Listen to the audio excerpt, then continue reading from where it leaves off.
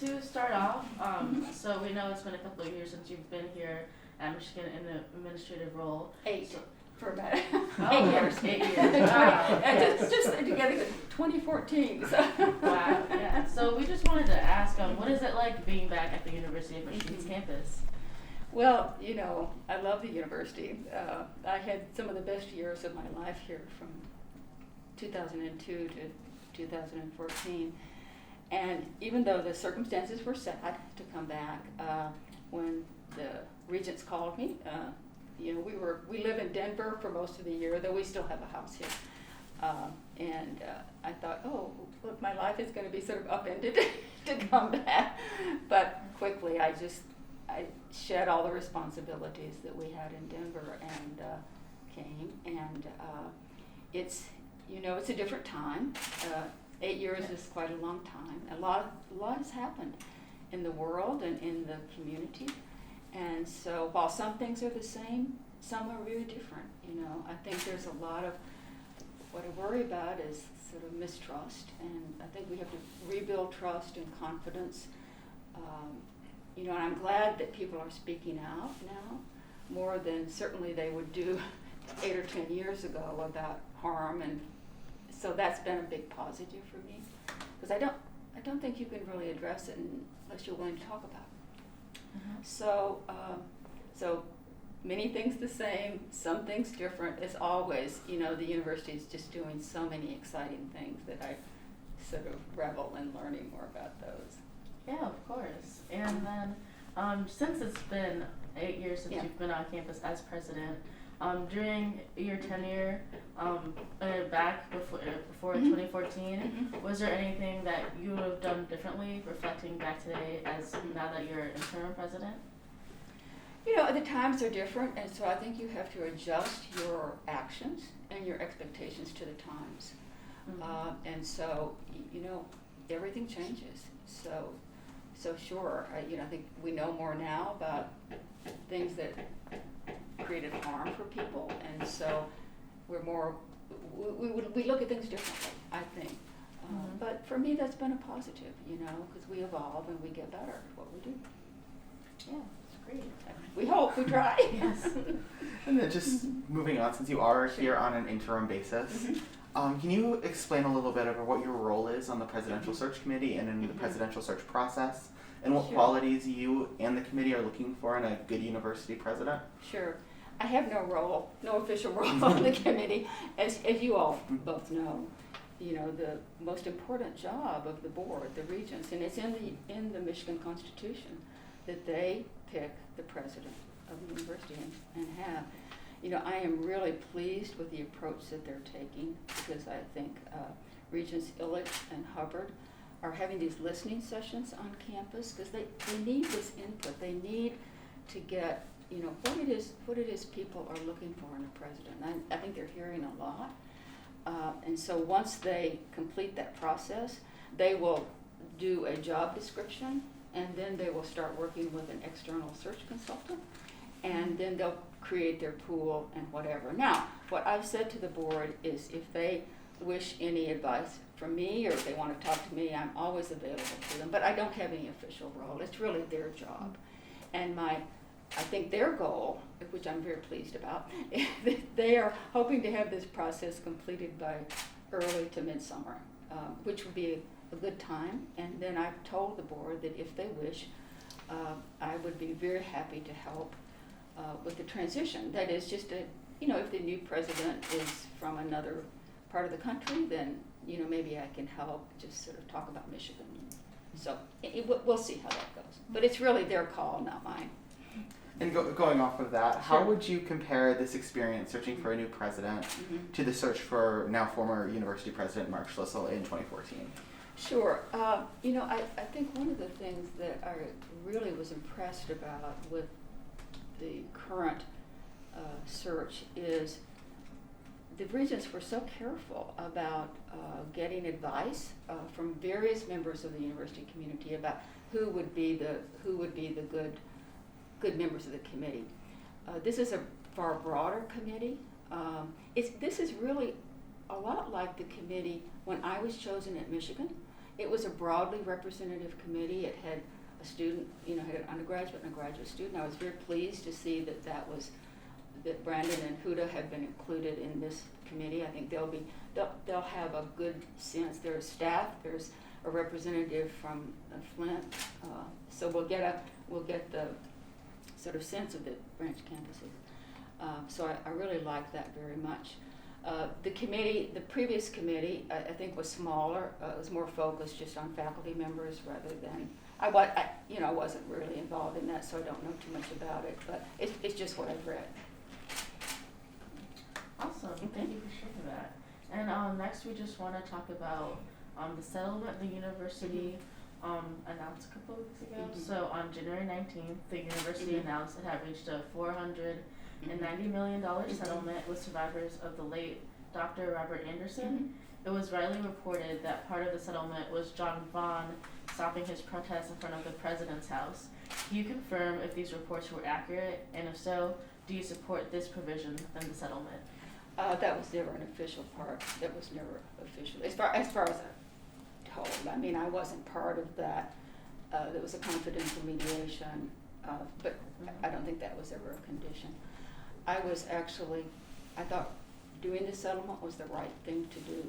I'm glad that the university did it. It's going to take a while to get all the work through the process, because when you're talking about a large number of people who were involved and, large amount of money. So we'll work through all that, but we are where we are. Mm-hmm. Yeah. And I also want to ask you, what are your thoughts on John Vaughn announcing that he is continuing his protests past his original 100 days? And do you plan on speaking with John Vaughn during your term as interim president? Everybody has to decide what they want to do, and I think the settlement was the right thing to do, and I think we now have a responsibility to help with healing, and so I wish him the best. All right. Mm-hmm. All right, and then moving on again. So the Wilmer Hale report regarding sexual misconduct allegations against former Provost Martin Filberts, alleges that you were made aware of the allegations against Filberts but didn't remember receiving them. The report states if you had received them, you and others, quote, likely would not have given them the same weight in 2010 as you would today. Can you clarify what you meant by this, and how would you have handled this situation differently today? Sure. I've learned a lot since that happened, and part of my learning was being president of the Association of American Universities, where we conducted the largest survey on sexual misconduct on the university campus that had ever been done. The first one was 150,000 respondents. The second one was 200,000 respondents. And what we learned in that time period, and so there are two things that have happened, George, that really, I think have been very positive. First of all, victims are more willing to come forward. I think the Me Too movement has been very positive in that regard. And I, frankly, learned a lot more about the prevalence of misconduct. Now, those surveys that we did were undergraduate students, but there was some indication within those surveys about faculty misconduct and staff misconduct. So our sort of understanding really expanded. So at the time, the reports that we got about Martin Filbert were anonymous, and we tried to investigate, but nobody would speak, nobody would come forward, because I think people were afraid. So now I think they would come forward, and I think that's a good thing. And I would have looked at it differently. So that's what I meant by that comment. I learned a lot, and I think the society learned a lot. Yeah, thank you for that answer. Sure. And our next question is, what are your thoughts on the new and revamped Office of Institutional Equity, Civil Rights and Title IX, formerly the Office of Institutional Equity? So I had the pleasure of seeing Tammy Strickland and her team. They made a nice presentation to the regents about the plans for the office and what they're going to do. So I was very impressed with the team, Tammy in particular. I think the plans that they have for the office are extremely good. I mean, they want to do a lot of education. They want to provide services to departments. They want to streamline investigations. They want to do all the things that we heard from the community would be helpful in restoring trust, changing the culture, really getting us to the point where these incidents don't happen. Or if they do happen, they are few and far between. So I think this is a very positive step for the university, though, eyes wide open, we have a culture journey. We've got to change the culture, and that's going to take time. And we started with the survey that was done last week. What are people thinking now? So I think the office will be very, very helpful to the community, and I'm looking forward to it. Mm-hmm. Yeah, and then also speaking of Tamiko Strickman, the current ECRT director, currently she is facing 2 lawsuits for mishandling cases of sexual misconduct and racial discrimination at the University of Lincoln, Nebraska. Do you have confidence in her ability to run this office based on these allegations? I do. All right. I absolutely have tremendous confidence in her. She is a very impressive woman. All right, and now just switching gear to COVID-19. So with the Omicron variant subsiding both on campus and across the country, Washtenaw County removed its mask mandate for K-12 education, and other Big Ten universities, such as the University of Wisconsin at Madison, have also announced plans to phase out their indoor mask mandates. Does the University of Michigan have any plans to lift its mask mandate or relax those mandates in the foreseeable future? Well, I think what we're focused on now is what we're going to do in the fall. And a lot will depend on the evidence. We have a very, very excellent committee working on this, headed up by our head of our University Health Service physician. And they're meeting weekly. I think they meet several times a week to look at sort of case counts, illness, what's happening, just our community. I think, George, what's important to realize that every community is different. What Washtenaw County faced, their community that they're interested in is different from our university community. And so what we want to do is to make sure that we listen carefully to the evidence that they come forward with and their advice. They're going to be giving us advice. We listen to the CDC, and the CDC is, going to be coming out with some more advice this week and next.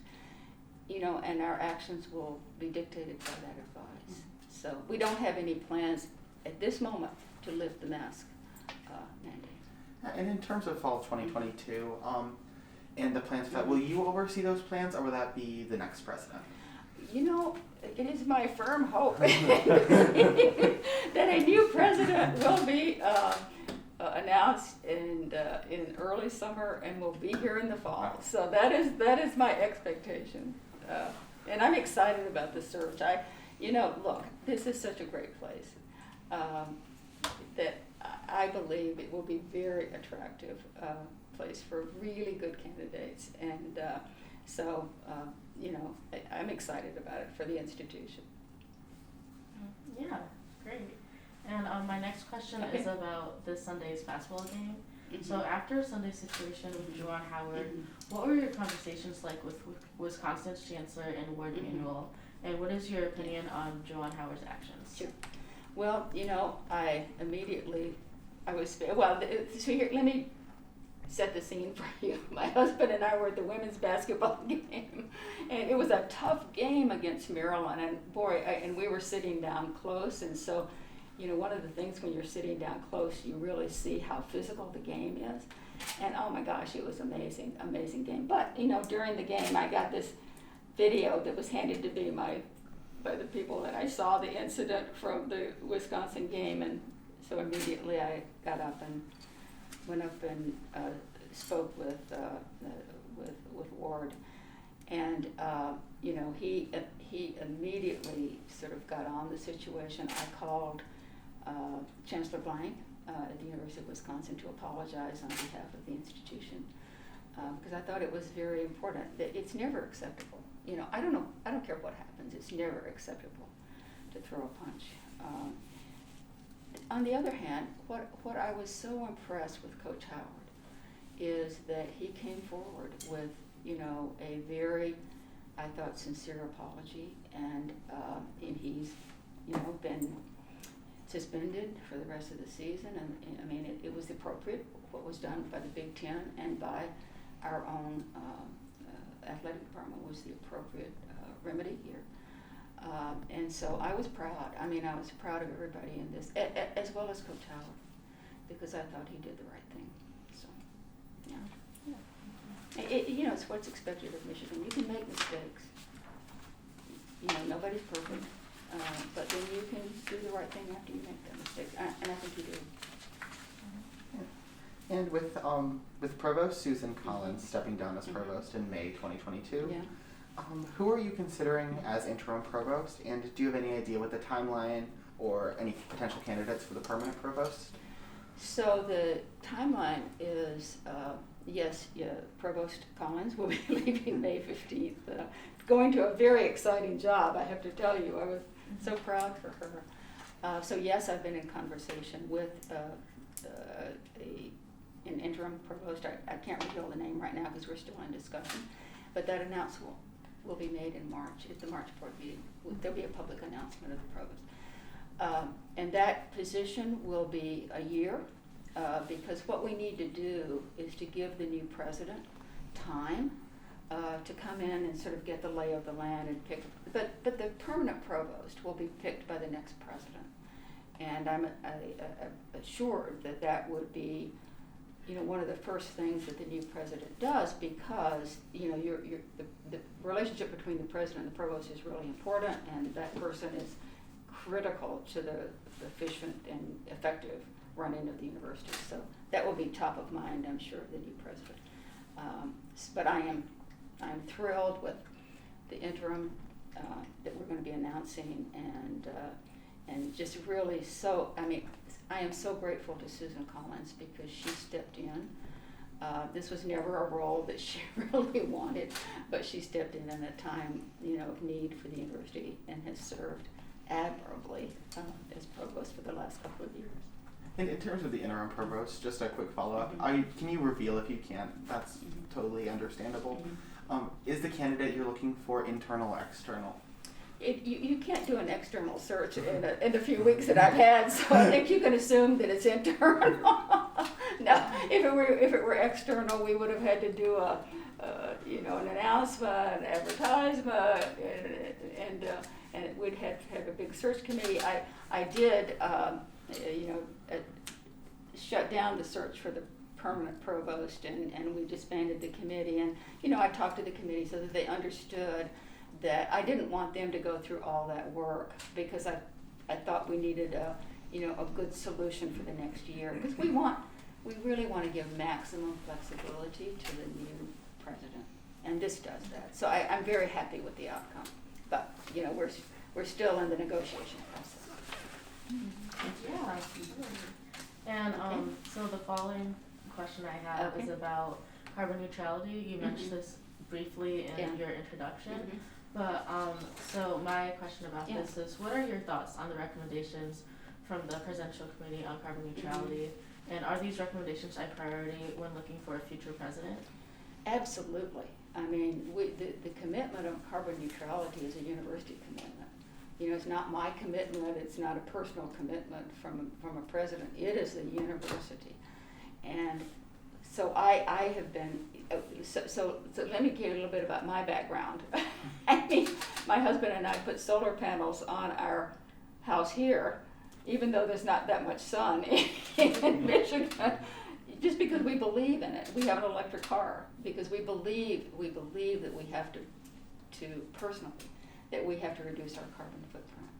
So I was so happy when I came and saw those recommendations from the committee, and the fact that the university's already begun to act on them. I mean, we're going to do this, geothermal facility up in the North Campus, which I think will be sort of groundbreaking. It's really wonderful. The fact that we're going out and getting the electric buses right away, and we're trying to think about electrifying the fleet. I mean, all that's going to take time. We've put about $5 million into trying to do more LED bulbs across campus to sort of reduce that energy use. I mean, there are all these things that we can do, and so I am, hope that students will see what they can do, you know, to reduce their carbon footprint. We're all part of this, and we all have to have the efforts. But the next I can't imagine a president coming in, because this is such a high-profile sort of program for the institution. And I'm assuming the search committee will probe that question. And this is happening at universities all over the country. So yes, I know that commitment will probably be there, and that will be one of the factors that the committee will question candidates about. Yeah, and just a follow-up question on that. Could you speak more on other current initiatives from the recommendations that are taking action right now? Well, we have a whole list. I think we've just issued some bonds, and I think $300 million of those bonds are going to be for green right. investments, so that we're putting our money where our mouth is. I mean, we want to really promote those efforts. I know that the university is probably, I think they're in discussion now about is a solar farm. Isn't there a big solar farm that they're thinking about for solar power? Kind of expanding that. Expanding and that. Expanding renewable power agreements through DTE as well. Right, yeah. So right. we want to make sure that what we're sourcing through the energy companies is as green as it can possibly be. So there are multiple of those going on all across the institution, and I think, you know, the next year or so the students will see more of that rolling out. Thank you. And then we always like to end these interviews with a more fun, lighthearted question. Okay. So Good. tough questions are over. That's fine. Our just question is just, what's the one thing on campus you miss the most in your 8 years away? Oh, the students. I mean, I always had, I will tell you, when we had this sort of sessions where we had what we call them fireside chats. But Worcester Harper, who was the vice president for Student Life, and I would do these together, and we would invite her office would invite students to come. So the students who came had an invitation, and we would normally invite students who were upset about something, you know, so or had complained about something, because we thought, well, you know, come on in and talk. And so we'd have these over in the union, and they were usually, you know, 4:00 in the afternoon, and we'd have cookies and punch, and you know, at the end of the day, I would always think, oh, I'm so tired, you know, I'm going to go to this session. But they were so much fun and so interesting that at the end of, you know, at 5:00 when the session was over, I was completely re-energized again, because it was fun. And, you know, and in those sessions, even though people had maybe had a complaint or something was wrong, we always had really good and interesting discussions. You know, they weren't complaint sessions at all. They didn't end up that way at all. And I learned a lot about sort of student life and what students were experiencing, and how they felt about Michigan. And one of the things I was always so, I mean, it just astonished me about the university is how students get connected to the place and how they love the place, and it was very inspiring. So I miss that the most. So anyway, but I've become a trustee now at the University of Denver, where we live most of the time, and so I'm able to sort of at least keep my hand in to see, you know, a little bit about the students at that institution, and they're doing some exciting things, so it's been fun too. So, yeah. Awesome. Well, that was our last question. Okay, well, Yes, hey, thank you so much. you were very efficient. I think we're just right on time. Yeah, right on time. So Yeah. it was really great, Jasmine, to meet you. You too. And George, so great to meet Nice to you. meet you. Thank you for all the work you do.